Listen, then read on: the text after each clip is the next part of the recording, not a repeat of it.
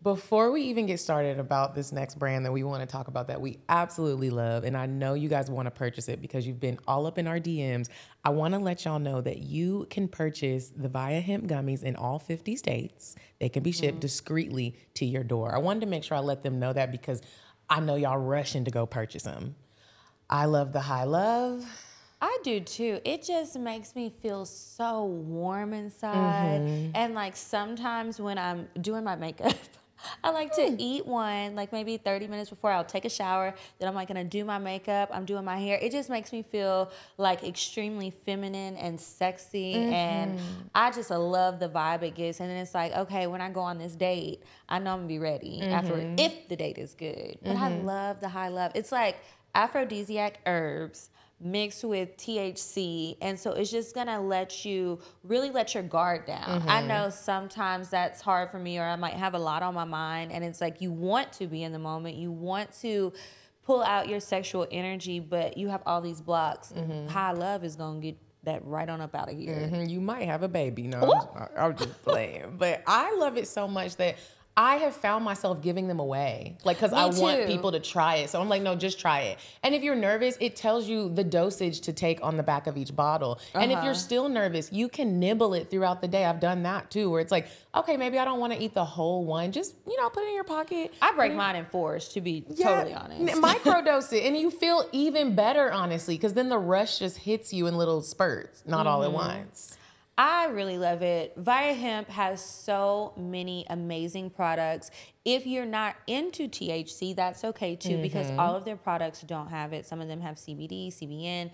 Go to their website. It's viahemp.com. That's VIIAHEMP.com. And they have a list of all of their products. The line of gummies are great. The labels look great. If you forget, like Medinah said, if you forget what was on the website, you can look on the back of the labels and you'll be able to see exactly what it's going to do, what kind of vibe you're going to get, and like how potent it is, so you know if it's strong or not. And just remember to eat your gummies responsibly. They're available to be shipped to all 50 states. You do need to be 21 or older to get them, but if you use our code CockTales, CockTales, you'll get 15% off. So head on over to viahemp.com, use our code CockTales to get 15% off, and you're going to be floating and feeling real good.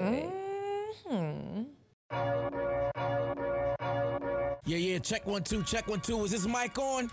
Is this mic on? Hey, listen, man. It's the one and only trendsetter DJ Sense, and you're listening to CockTales. Dirty discussions with Kiki and Medinah Monroe. Yeah.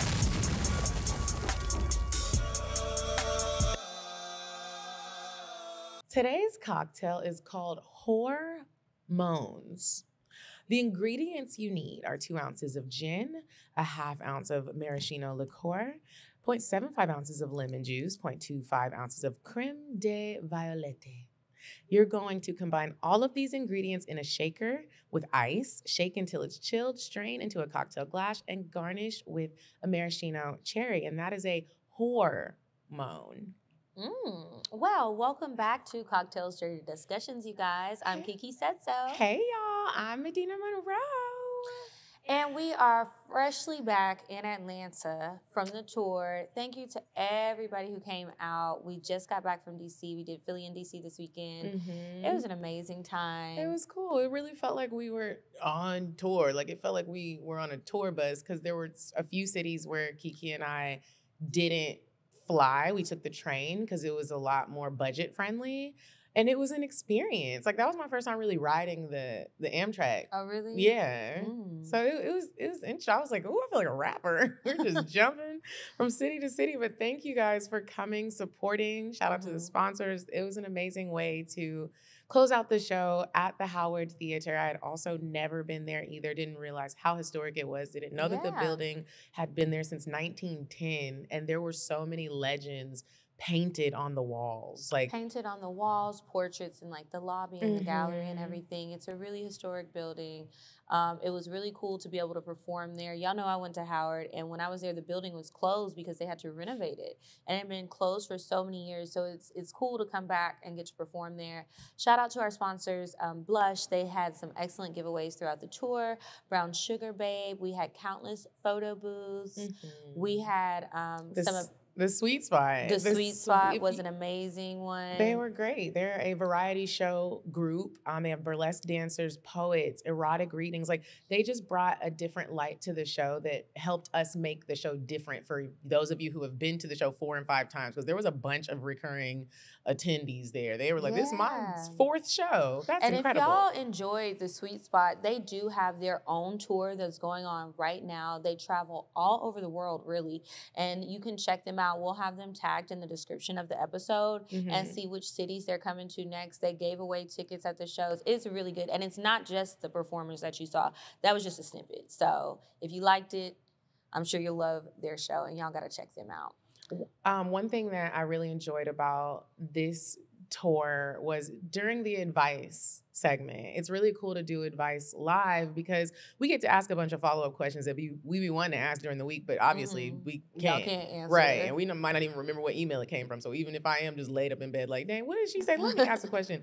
When we were doing the advice live, a lot of people were wondering how they can have new sexual experiences. Yeah. And before we could even tell this girl this, another lady was like, you should download the Field app. Right. And we've told you guys about the Field app plenty of times before, but if you are questioning anything, if you're curious about your sexuality, if you're curious about new experiences, or even if you're experienced and you've just been fantasizing it, or you want something new, or just having a conversation to figure it out, the Field app is the way to go. The Field app is FEELD, but that app is amazing. They have so many different people on there, different sexualities. It's open to any and everyone.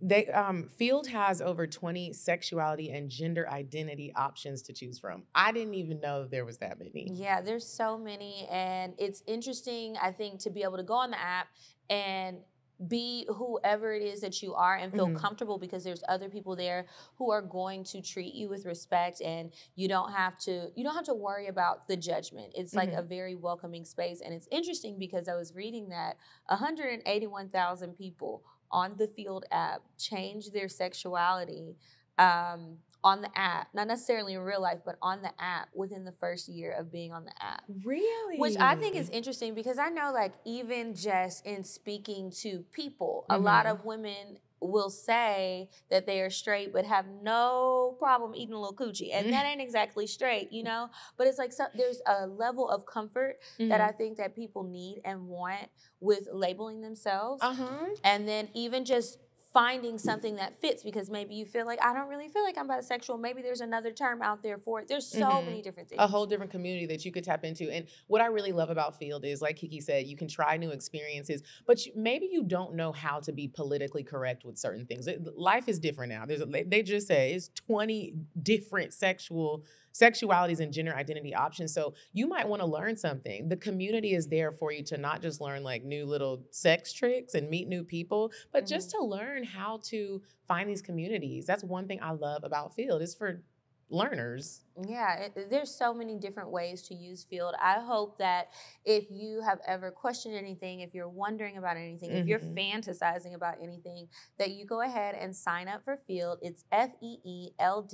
If you signed up before and you didn't see any options there, you weren't really interested, just remember, the app is continuously growing. So maybe you signed up before and you didn't spark anything with anybody, sign up again and re-download the app and browse and see what's on there, because people are changing every day. So y'all check it out. I wish they would have had the Field app, and maybe they did, but when I was having some of my fantasies about wanting to try different sexual activities, I had to go out there in the field.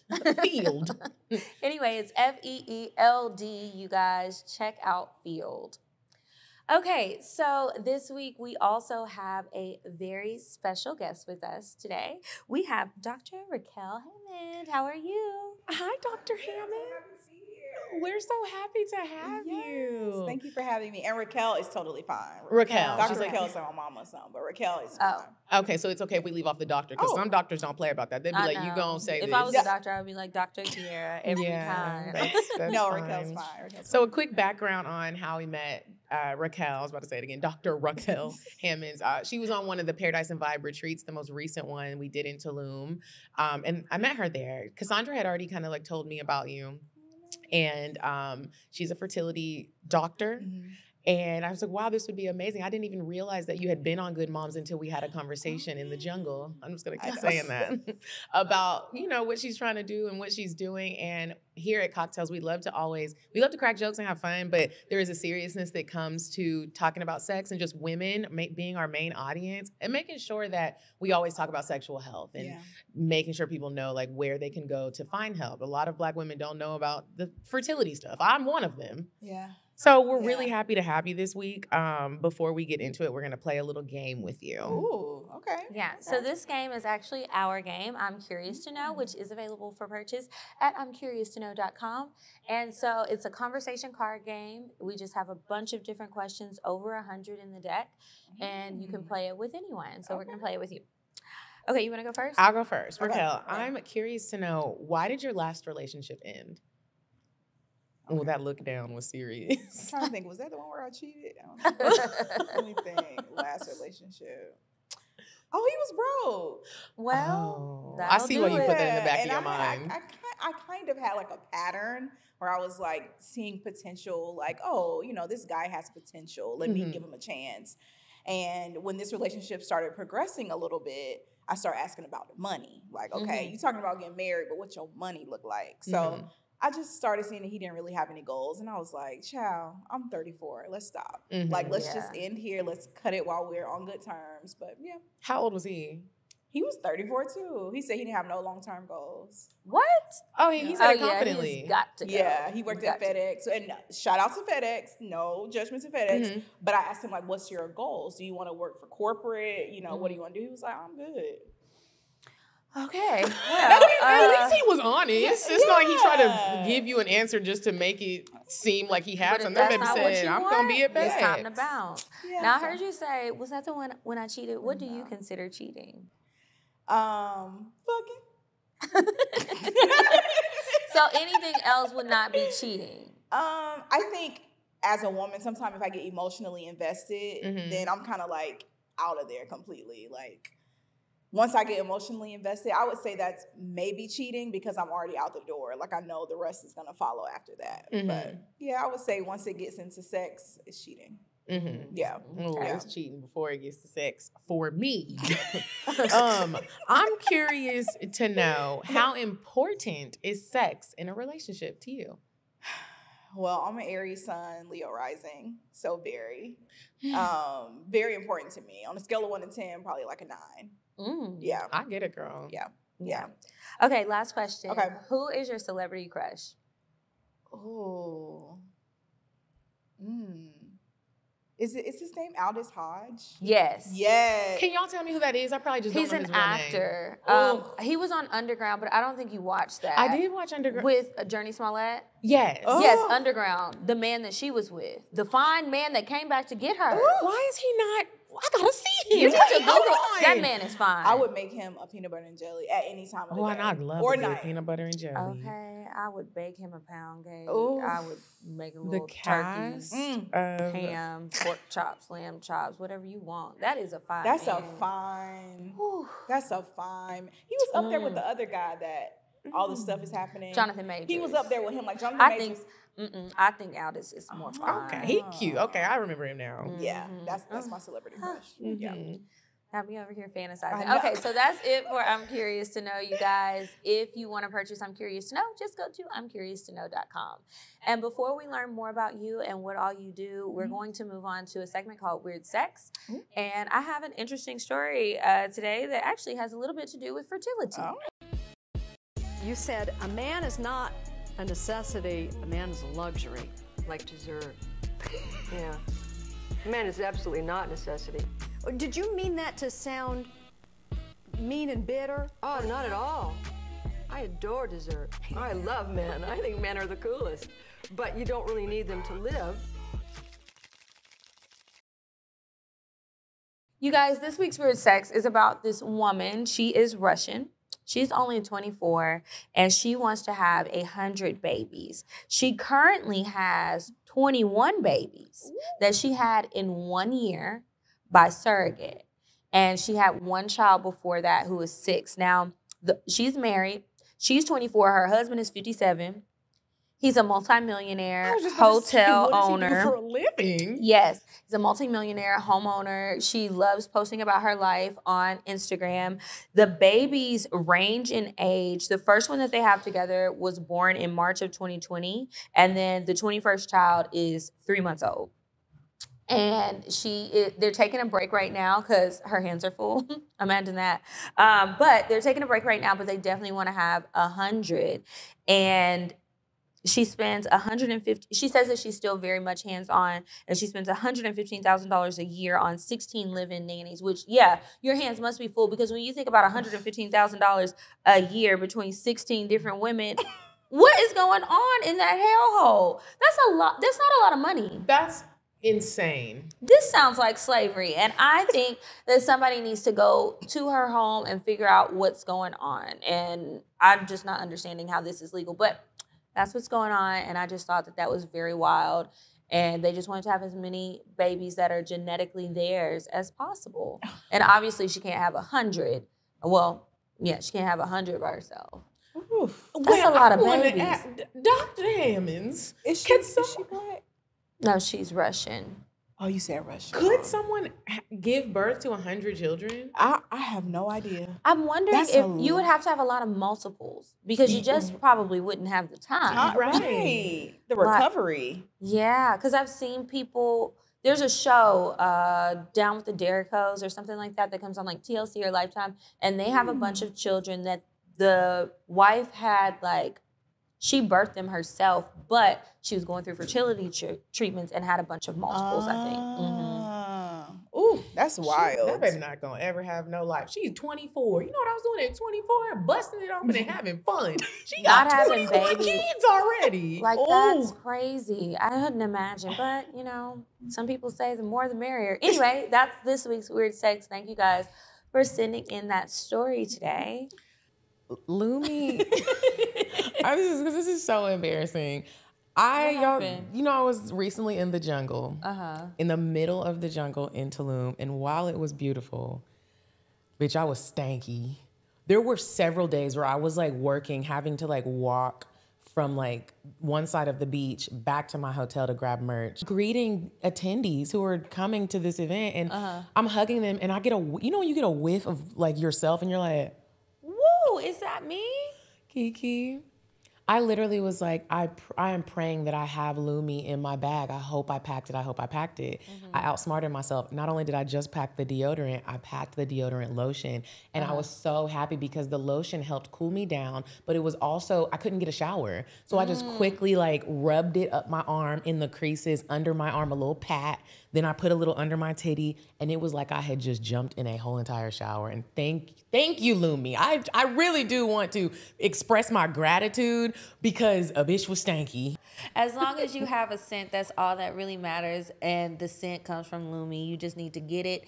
Go and get your starter pack today. Do not delay. Head to LumiDeodorant.com. Use code CockTales. Get $5 off your starter pack. This offer is only available for new customers, but tell your friends so that y'all don't be running around smelling like animals. Little donkeys.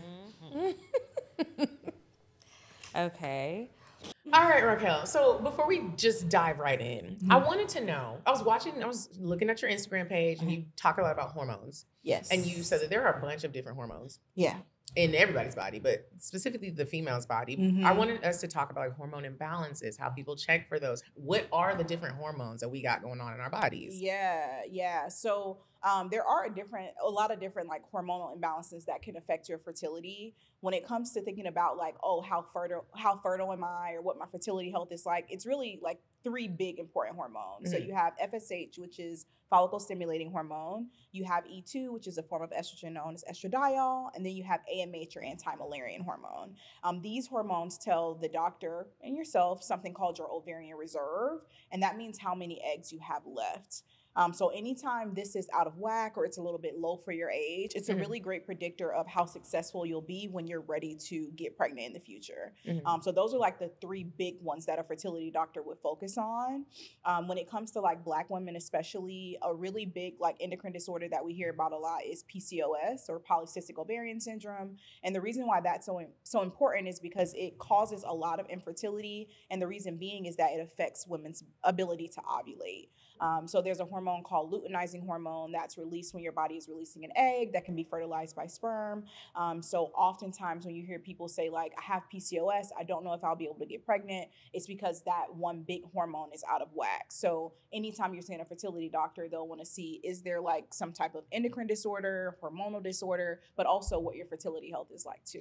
When should women start looking into fertility? Yeah. I know a big thing I talked about with Erica too is it's a really big like privilege access type thing. So oftentimes we only go to the doctor. We're getting like our yearly exam with our OBGYN. And she's like, you good. You don't have no STDs. You don't have a lump in your titty. Like we're doing the normal, just like, okay. Normal thing. And that's great. That's great. However, it doesn't really tell you much about your fertility, you know? And so oftentimes what I saw when I got my first job in LA, what I saw is that a lot of women, primarily white women, were bringing their like 18-year-old daughters in to see what their fertility health was like. This was mind-blowing to me. Wow. That at 18, their parents were focused on this, but it was because they understood their fertility, you know. But my mom, she's a single parent. She's like, girl, you going to college. Like, I'm not get pregnant. First of all, don't get pregnant. We're not talking about no fertility up in here. Like, I don't care about that. I'm trying to get you out the house. So when they come in to check their young daughters or even just young women who are able to come and do it on their own, if you find that these hormone levels are out of whack, their ovarian reserve is low or whatever, what options do you typically suggest to them? Yeah. So if your ovarian reserve is low, then they'll recommend freezing your eggs immediately, or they'll recommend like, okay, do you want to have children right now? Like, what is your plan? So the great thing about checking early is that you're able to come up with a plan. Maybe you see that your ovarian reserve is low or your hormones are out of whack. Number one, they can say, oh, your hormones are just a little imbalanced. Let me give you these things to help. Or if it's, you know, your ovarian reserve is really low, then they'll say, okay, we need to have a very tough conversation. Now, how many eggs can you freeze? Well, that varies. That varies from person to person.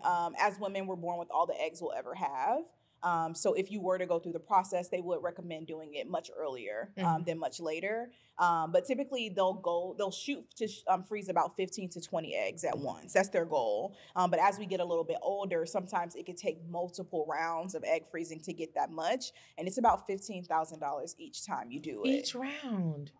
Yeah. And how many eggs do you get in a round? Just one, right? Well, you could get 15 to 20. 15 to 20 in one round. If you got a lot. If you're a little bit younger, healthier, yeah.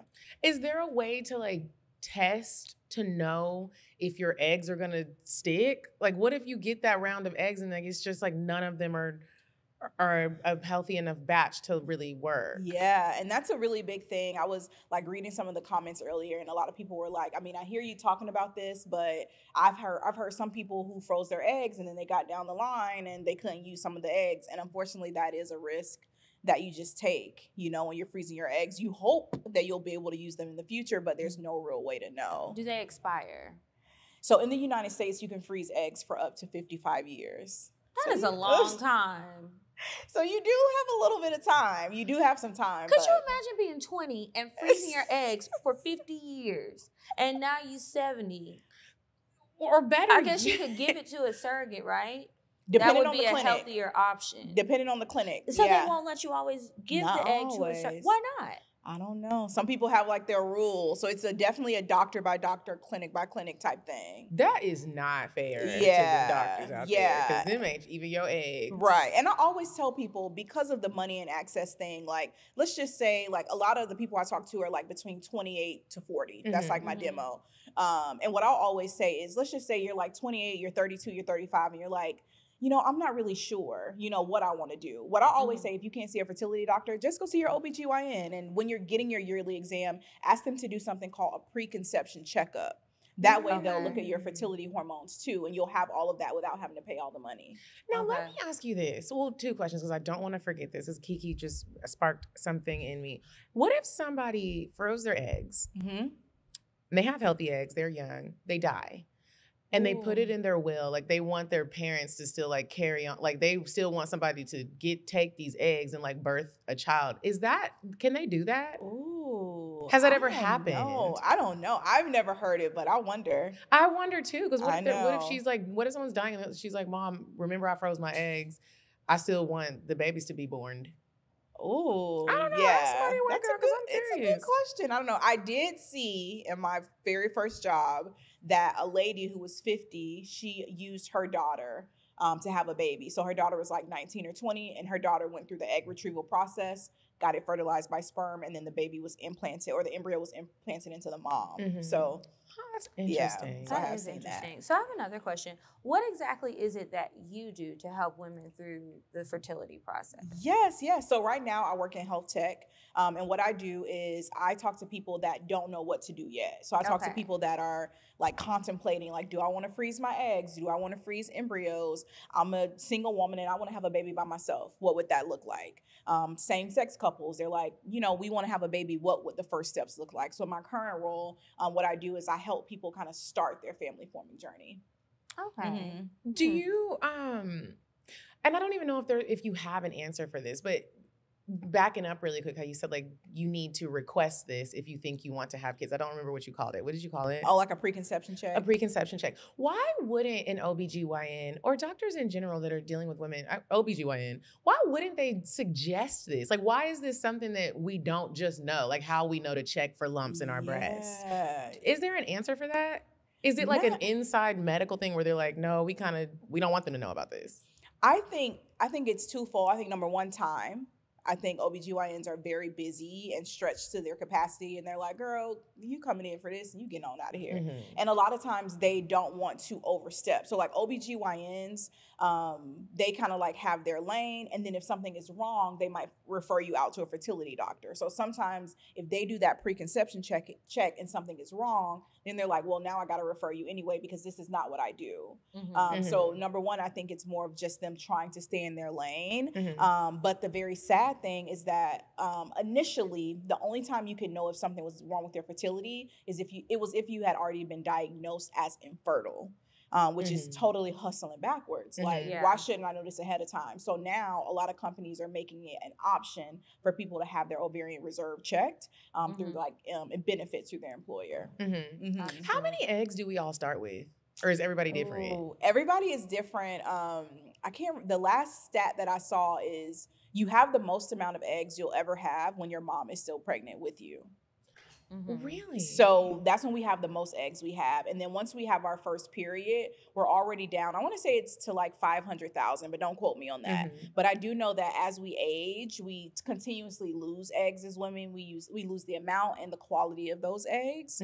However, the very important thing to know is that every single month when you're having a period, you really just need to release one egg to be fertilized by sperm if you want to have a baby. But a really big thing, and why I like to talk about it a lot, is because it can feel like a very scary thing to think like, I'm losing my eggs. Like, what if I'm not ready? Does this like produce fear in me? Do I need to like hurry up and make a decision? But I really like to let people know like planning is actually a good thing. Like when you know the information, now you're able to say, well, I don't need to freeze my eggs. I'm in a good place. I can keep dating my partner, and when we're ready, we'll have the conversation. But if you do see that something is wrong, now you can at least like formulate a plan. When women are 35 and having their geriatric pregnancy, I hate that. Why do they call it that? What is it about it that makes them call it that? I just know an old white man came up with the name. Had to. Because it's like, what is really old? Like, we're 35 now. Yeah. And I've always wondered that. Like, I'll say it jokingly because I know that that's what they call it. But what is it about our bodies that make us old? Honestly, I don't know why they came up with the name. Because geriatric is wild. Yeah, like, that's so wild. I'm thinking about, like, grandparents. yes.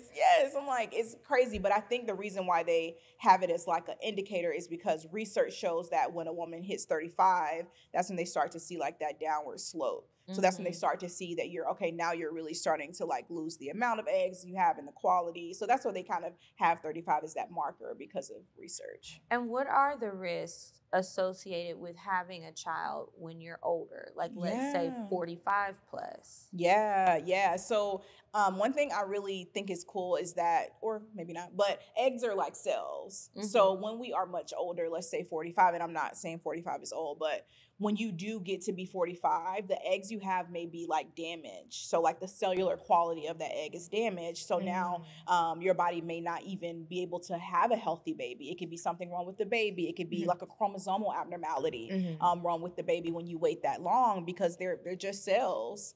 And so and typically they can change in your body. Yeah. So our egg cells are literally changing as we get older. They're just changing. So typically what'll happen is that if someone gets pregnant, they may have a miscarriage and find like, oh, it was because of like trisomy 21. It was like a chromosomal abnormality or something was wrong. And that's typically an indicator of like age. And then oftentimes when we get older and we're like, oh, I'm just not getting pregnant or I'm having miscarriages, sometimes it's our body. Our bodies are very intelligent. So it won't get pregnant if it feels like, okay, this won't turn out to be a healthy baby. Wow. So yeah, a big thing is for sure going to be like chromosomal abnormalities when you get a little bit older. Can fertility health also be affected by what you eat and what you drink or like drug, like what you're putting into your body?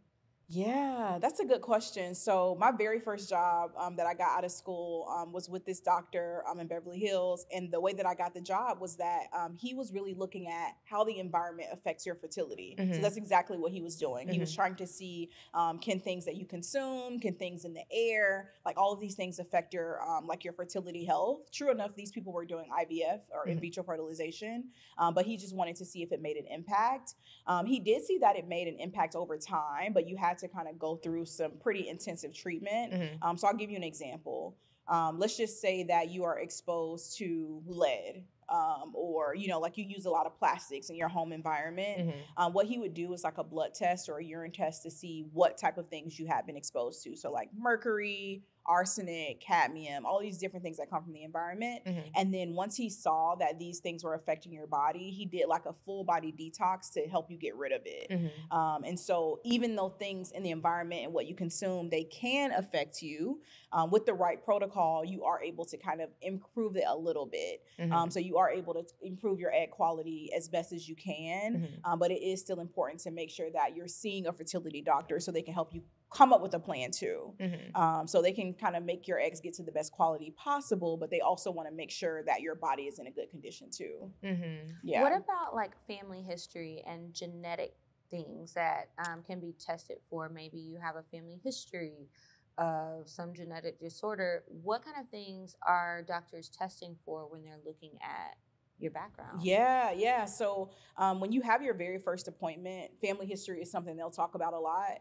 I always like to tell people, like, if your mom struggled, it doesn't necessarily mean that you will. Or if your mom was like fertile myrtle, it probably doesn't mean that you'll also be fertile myrtle. So I don't think that makes a huge impact, but there are certain genetic conditions, like you could have like a blood clotting condition that was passed down that could affect pregnancy. So what they'll do is if they see something like, oh, this person's mother and grandmother had like 3 or 4 miscarriages before they got pregnant, then that'll kind of alert them to say like, oh, we need to do some additional testing to look at their blood markers or their hormone health and things like that. So another reason, I'm glad you brought that up, why testing or seeing a doctor early is important, because they can maybe identify like a theme in your bloodline to make them say like, oh, this is probably why, you know, your mom or your aunt had this many miscarriages. It could be you all have a blood clotting disorder, or we need to do karyotype testing. So once they're able to see what your family history is like, they can do more focused testing to make sure that you don't go through the same thing.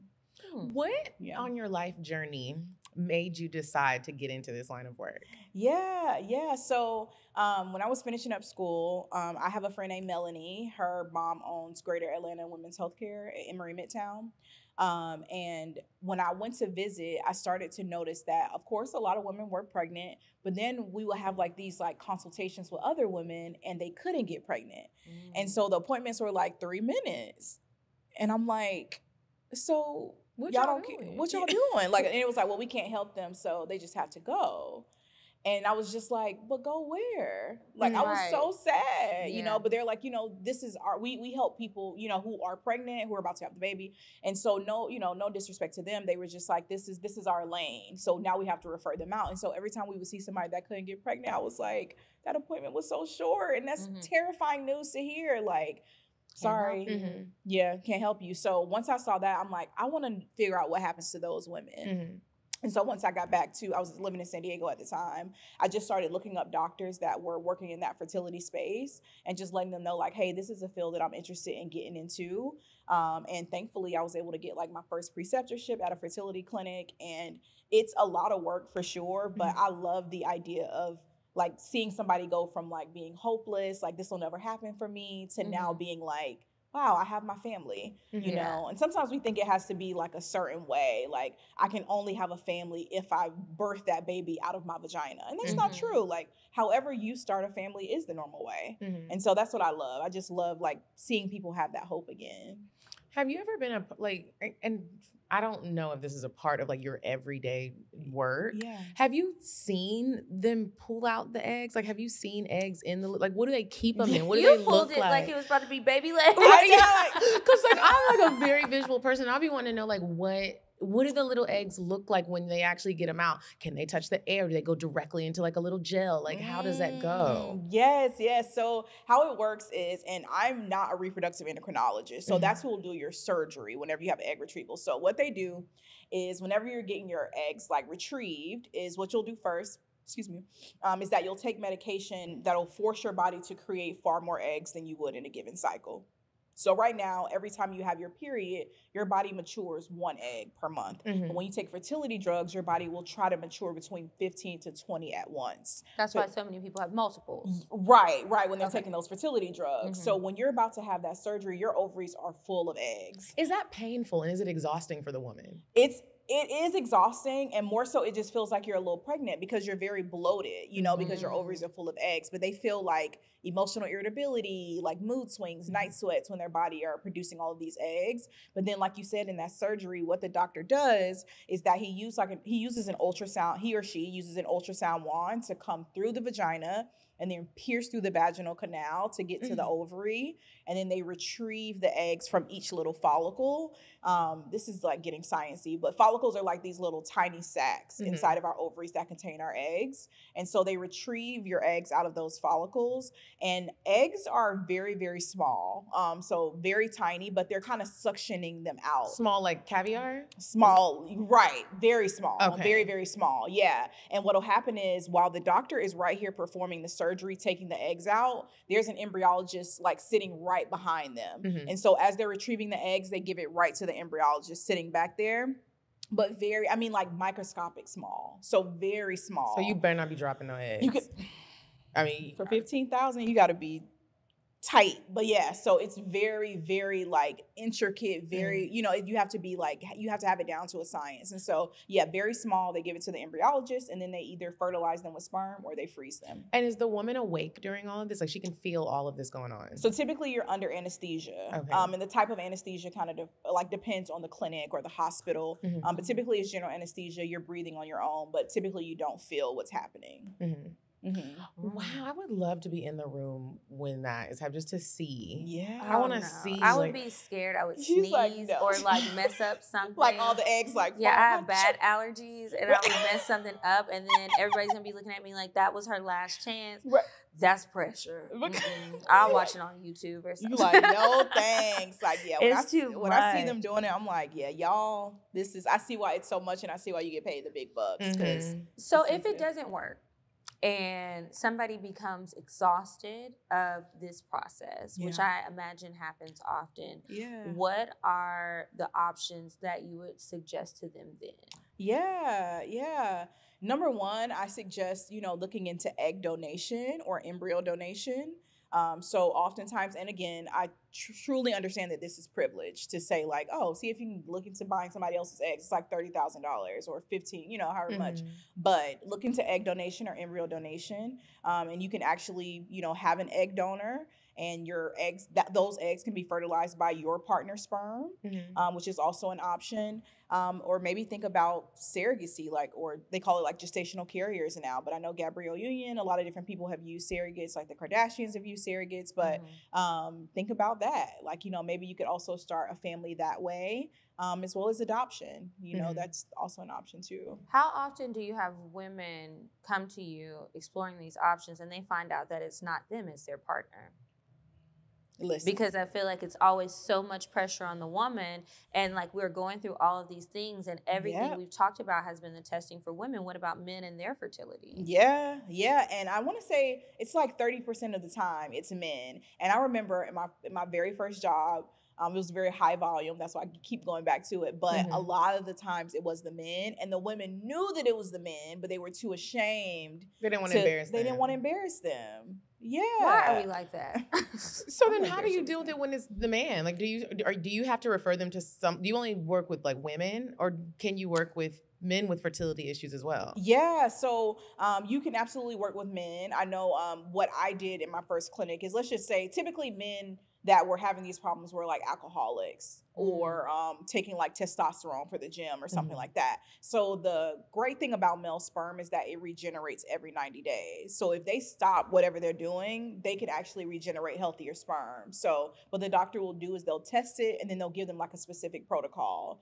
We did IV therapy with like antioxidant support and things like that, but they can give them like maybe medications or different things to improve the sperm. And then once the sperm is better, then they can see if this will actually work. Sometimes it's not an option, like we just saw with Kerry Washington. Kerry Washington, that's what her dad had to do. But then the female partner would have to find a sperm donor to help. Yeah. That is a lot. I really hope I can have kids. I don't want to be sperm cheaper? Because I feel like I remember when Phaedra was going off on Kenya, and she said, what you will know is your baby daddy needed $10 to get a medium-sized pizza, so he ejaculated in a cup. And I tried to sell my eggs before, and it wasn't for no damn $10. Now so sperm is cheaper to pay for, like when yeah, she read her. She did. Ooh. How much is the sperm? Sperm is pretty cheap, typically like $200. Look at men. Men so cheap. They are so cheap. They really but you know what else? That's not fair, because it's like y'all banking off of the women's. I don't want to call it a downfall, but if you do want babies and you can't have them, you got to go 15,000 versus 200. That is wildly insane. But it's a lot more for us to give the egg than it is for them to jack off in the cup. To just so the women do need to be expensive. Yeah. I mean, that's a lot of work. Yeah. Now, when I was doing some of my scrolling on your Instagram, you had a post and you were talking about how expensive it is, but how sometimes people, you don't have to be feel like it's the end of the world and like there's still no help for you. And you talked about like certain foundations that can help people and resources that a lot of people that look like us just simply don't even know about. And so I wanted to know, like, what are some of those resources, and are they actually helpful? Or is it like, okay, well, this is 15,000 and now it's just 14,000? Yeah. Or is it like a significant indifference? Okay, so let's talk about some of those resources. Yeah. So a really big one that I like is the CADE Foundation. It's owned by a Black woman. CADE? Or overseen by CADE, like CADE. And so it's she's a Black woman, and I want to say it came from either her or her daughter that had infertility issues, but she has a lot of grants and a lot of opportunities for people who can't afford it. Also Resolve. They are like the national like infertility like resource, and they also can point you in the direction of like grants or even loans sometimes to help pay for it. And then Regina Townsend, she has Broken Brown Egg, and she actually just got like funding from a company called Progeny to help her also help people pay for fertility care. So there are like options really opening up now that people are having the conversation more. That's good to know. Well, you guys, if you are looking for some help, maybe check out one of those options if it is a little out of your price range. And I hope that this conversation has given you a little bit more hope if you've been nervous or scared, or maybe it'll give you the push to go ahead and just get yourself checked, because you may not be ready yet, but like Raquel said, you want to know and you want to be prepared, and you don't want to wait until you think you're ready to have a baby to find out that it might take a little bit more work. Yeah. Okay, so you guys, we're going to move on to the advice, and when we'll move on to Indecisive Diane, and when we come back from Indecisive Diane, we will answer some advice questions. Would you stop thinking about what everyone wants? Stop thinking about what I want, what he wants, what your parents want. What do you want? What do you want? It's not that simple. What do you want? What do you want?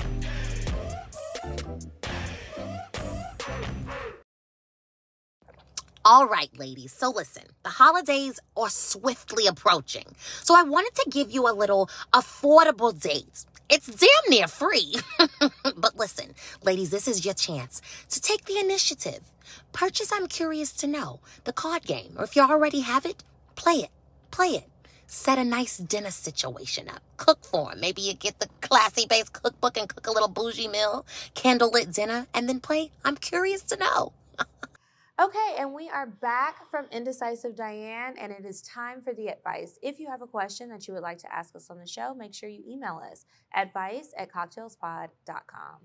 Okay, before I read this advice letter, I have a question for you. This is a personal question since we on to advice. When your periods get shorter, my periods used to go from like an 8-day period and now it's like a 3-day period. Okay. Is that something to be alarmed about? It depends. It depends. I think oftentimes when your periods get shorter, it can be for a number of reasons.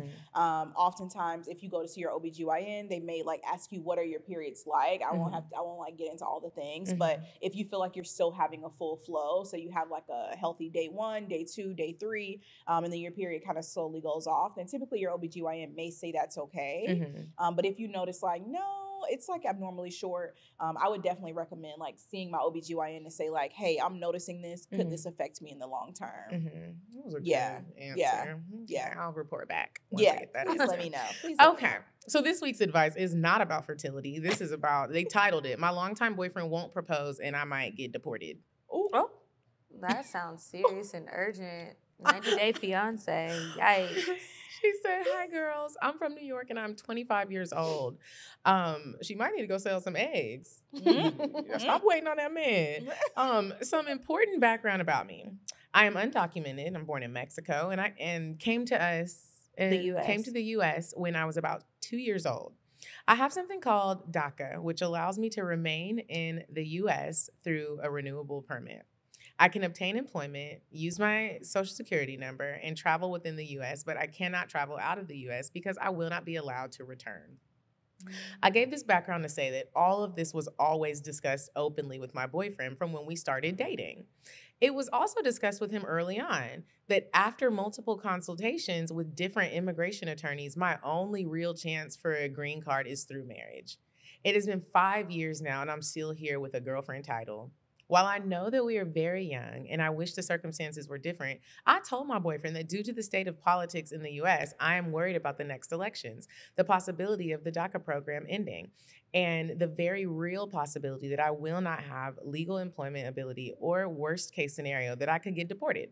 My boyfriend is American and does not seem to understand fully what this all means because he seems to think we have all the time in the world to become financially stable. She put that in quotes.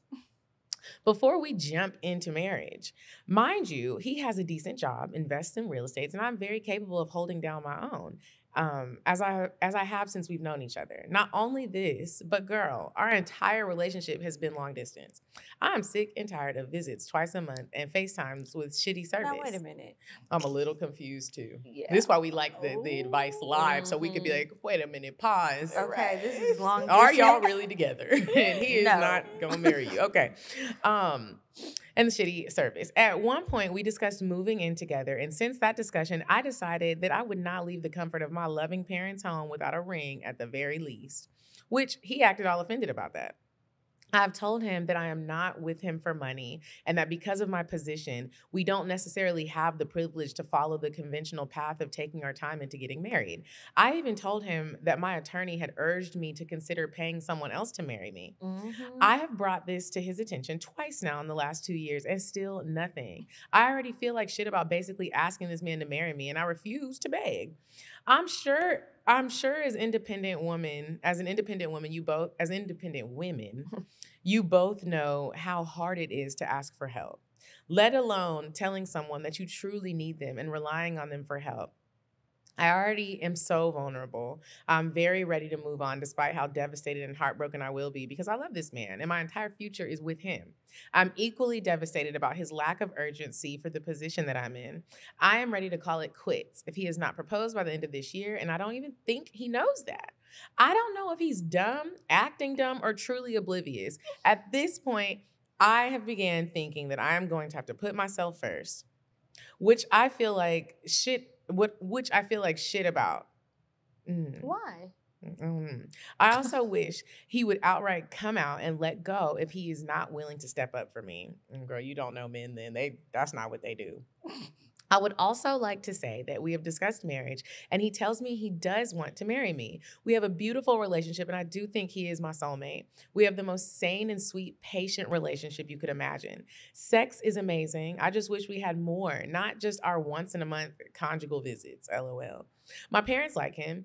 His family is the sweetest to me. Everything is almost perfect. But sometimes I can't help but feel like he only dangles it over my head like a carrot, so I wait. But I'm 25. I would rather be undocumented, deported, and single than wait for him for a decade to step up for me. Let me know what you guys think of this and what you would do in my position. I know what I'm asking for is not easy, but these are my real adult decisions. Life is not perfect.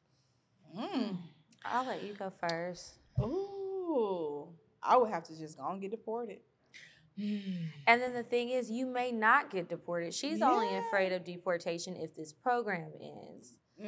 So it's risky. You, sister, need to go look at TLC and watch 90 Day Fiance, because there are men that are going to be ready and willing to marry you. You ought to slide in the DMs. This might not be the most ethical, but we're trying to keep you on this side of the border, hun. So there's lots of men over there who are over here who are citizens, and they are ready to marry women, and they're in these relationships and they don't work out. You're already here, girl. So it'll be so much easier. They're not going to have to fly back and forth to Mexico because you're right here in America.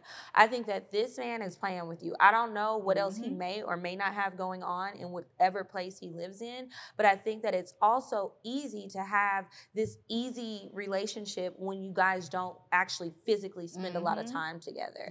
And you have told him how serious it is about the possibility that you could have to leave America and never come back. And it's like, yeah, it might not be the way that you wanted to get married, but if you want to be with me and you see this future, I kind of need you to do it now. Hate to put pressure on you, but that's the reality of the situation.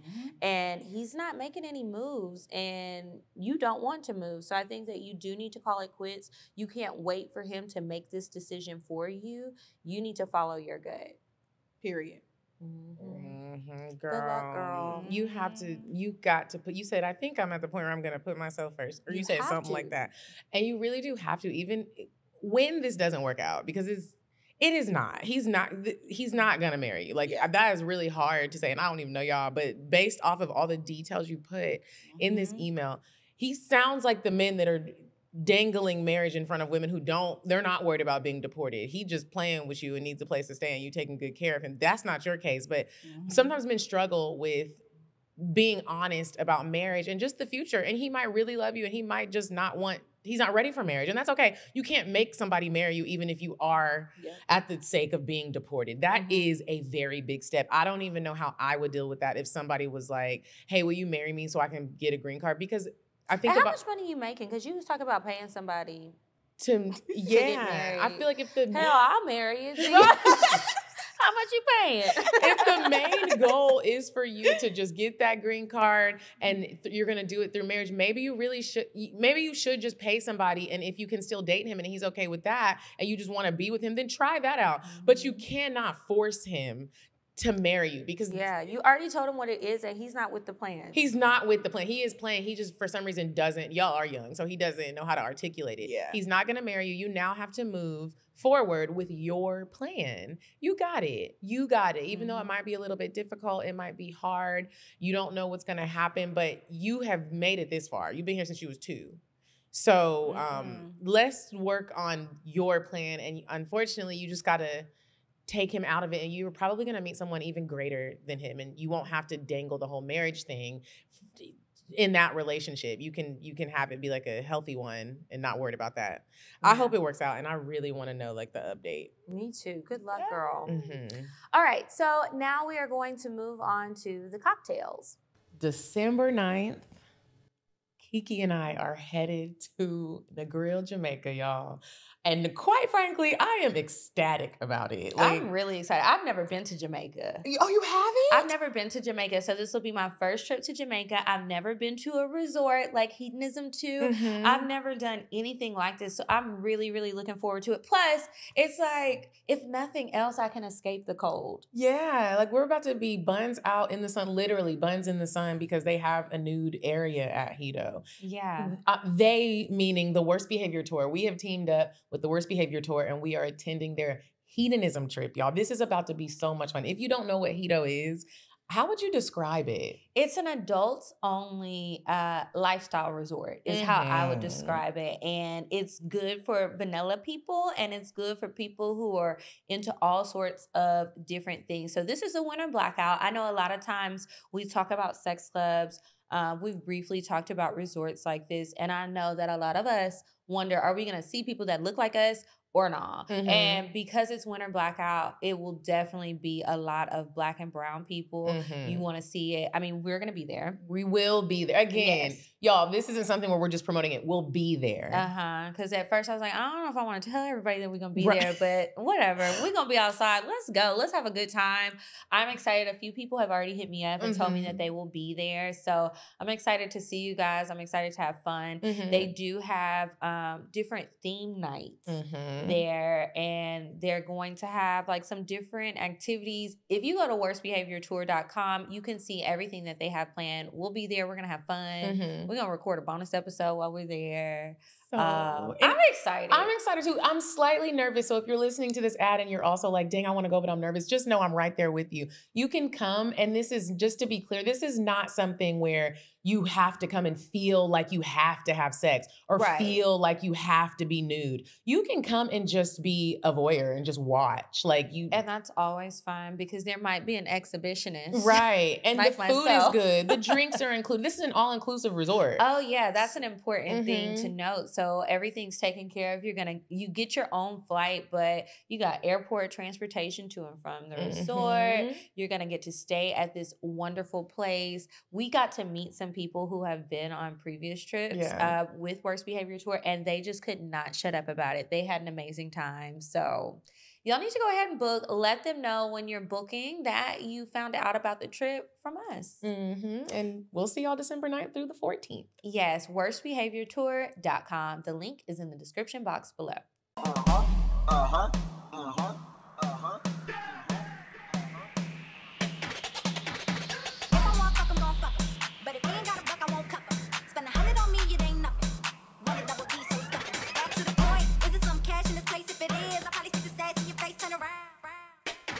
Once upon a time, not long ago, I was a If you have a cocktail that you would like to share on the show, make sure you send it to us, CockTales@CockTalesPod.com. So I am going to read one. Do you have one? Or you need to think about it for a second? Okay, I'll think about it. I'll read this one first. Okay, so hey Kiki and Medinah, I'd like to first start off with saying I absolutely love you all. I started listening to the podcast in late April of this year. I commute about an hour for work, and I'm also finishing grad school, so you all are the best company during my drive. Thank you. Now on to my cocktail. So I moved to Milwaukee in August 2022 to start grad school and a new job. I met a guy on an app about a month later. He was here for 2 weeks on business. Let's call him Nate. Those 2 weeks were amazing, though. We went on fun dates like a bowling museum exhibit, and a museum exhibit, and we even experienced our first Oktoberfest together. Also, the sex was mind-blowing. He went back home at the end of the 2 weeks, and we've been off and on ever since. Fast forward to now. He recently offered to fly me out to see him in Cali. So I decided to go. Several months had passed, and so we were both looking forward to seeing each other again. I changed once I got to the airport and put on a pair of lace panties and a tight blue dress. His favorite color, by the way. Fixed my makeup and sprayed a little perfume. No sooner than I got in the car, we started making out before he pulled off. We caught up a little bit during the drive, and I noticed him pull into a secluded parking lot. Ooh. Once he parked, we took off our seatbelts, and immediately we were all over each other. I unfastened his pants and gave him the best Gawk 3000. He pushed me to the back seat. He pushed me back onto my seat and leaned the seat back all the way. pulled my panties down, and proceeded to eat my pussy like it was the Last Supper. I hadn't had my pussy glorified like that in so long. I was screaming, moaning, and everything until I came. After that, he put his rock-hard dick inside of me and thrusted me long and fast. When he came, he looked at me and said, "Welcome to California. I missed you." We fucked like 3 more times that day and just laid up and cuddled and slept through the night. The next day, we drove out to university where he did undergrad. He's a scientist and decided to show me around the science corridor of the campus. It's summertime, so there wasn't a lot of traffic on the campus. As we were taking the elevator up, we both started entertaining the idea of sex on an elevator. I was hesitant at first, but he gave me a look, and I immediately got down and proceeded to give him head. He was moaning and then bent me over and pulled my shorts down. I had on a thong, so he pulled it to the side and gave me the most ferocious back shots while my hands were on the floor. I wanted to scream so loud, but I didn't want to blow up the spot. We were both so nervous. So when he came, I pulled my shorts back on with a quickness. We got off the elevator and walked down the stairs like nothing ever happened. Once we reached the car, we started cracking up. I honestly needed that weekend for so many reasons. I orgasmed like 10 times. It was like he awakened my inner freak. Anyway, we're currently still in touch. Looking forward to the next time, but until then, it's back to work and being boring, LOL. Love y'all. Thanks for listening to my cocktail. Anonymous Honey. I don't know if she bored in Milwaukee, but that is a nice little spice. That was a good cocktail. It is very sexy to me that he's a scientist. I know. That was sexy. Like, oh, Yeah. come on, baby. Ooh. All right, Raquel. Okay. I was thinking about this on my way here. My cocktail, I don't know if it's not as good as that one. But mine is a little shady. Okay. It's fine. Look, we never compare cocktails because they're all different. Okay, mine was a little shady. So I had a boyfriend, but I met this guy at work, and we totally hit it off. And I would say like a couple of days went by, and then we finally start having sex. Well, I was still, talking to my boyfriend at the time, but the last time we had sex, it was literally an all-night thing, like 10 rounds, literally an all-night thing. Well, the next day, my boyfriend came and picked me up. And I needed to get a plan B. And I had to get it I needed to get it like ASAP. Yeah. Like I didn't have time. Racing the clock. Can you stop me by the Walgreens? He was like, oh, what do you need? I was like, oh, I just want to get like some gum and stuff. So I go into Walgreens and I'm like, I need a plan B. And I'm like, do you have scissors? She's like, no. So I'm like ripping it up and I'm like, oh my God, what if he comes in? Like at any moment he can come in. Like, what's taking you so long? Yeah. So I finally ripped it open, took the plan B and got back in the car. with my boyfriend at the time. What if he would have came in while you were... they got to unlock it or get it from the back. And it took so long. Oh it was taking them so long to unlock it for me to open it. But yeah. One time I was getting a Plan B and I get embarrassed getting Plan Bs. Like I just feel so ashamed. So I go inside the CVS and they're having a company meeting at the front. It was early in the morning. They had just opened. So I'm trying to wait because it's like all 7 employees. The pharmacy people are even at the front. And I'm like, I'm the only one in the store. So I'm like, dang, I'm trying to wait till the meeting's done, but it's going on. It's like 10, 12 minutes. So I'm like, God damn, I got to go in here. I was like, excuse me. They all turned around like, oh, what can we help you with? And I was like, I need someone to come give me a Plan B out of the unlocked. Could y'all please? They were all like, oh, okay. I'm sorry. Yeah. Y'all need to wrap this shit up. How long? What people are having emergencies? You know we've been waiting at the door. Right. Y'all don't got no specials or sales, and we see it on the receipt that's 10 feet long if you do. Like, come unlock these. Oh my goodness, that's funny. Anyways, Raquel, thank you so much. Yes, Thank you. We appreciate you again, y'all. I met Raquel at Paradise and Vibe. Beautiful people attend. If y'all want to attend, go to paradiseandvibe.com. Come with us to Brazil or Fiji. We'll be next. Raquel, let everybody know where they can find you. Yes. Also, repeat some of those foundations that you said are really helpful for people who are struggling with fertility. Yes, absolutely. And I always want to make sure I wrap up. I'm not ever trying to garner fear. I don't want people to feel afraid because of what we talked about, but really just be able to come up with a plan. Like, go see your doctor and say, like, hey, just let me know what's going on. Can you check my hormones? Can you do a preconception check? Just let me know I'm okay. And that's the whole point of everything, is not to make anyone feel fear, but really just feel informed.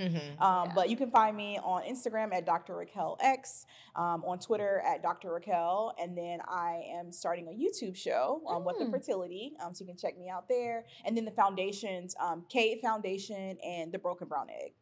That is amazing. We hope that you guys check some of those things out. Maybe we can put the links in the description. Thank you so much for joining us. We appreciate it. Fertility health is important. Anything, Kiki? Yeah, make sure you guys are following us on Instagram. We're at CockTales Podcast. I'm at Kiki Said So. I'm at Coffee Bean Bean. And until next week, you guys, goodbye. I'm sorry, but the person you called has a voicemail box that has not been set up yet. Goodbye. Bye.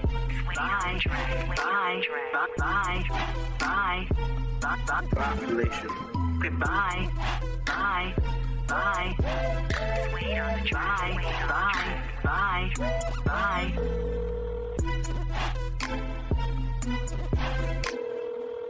Bye.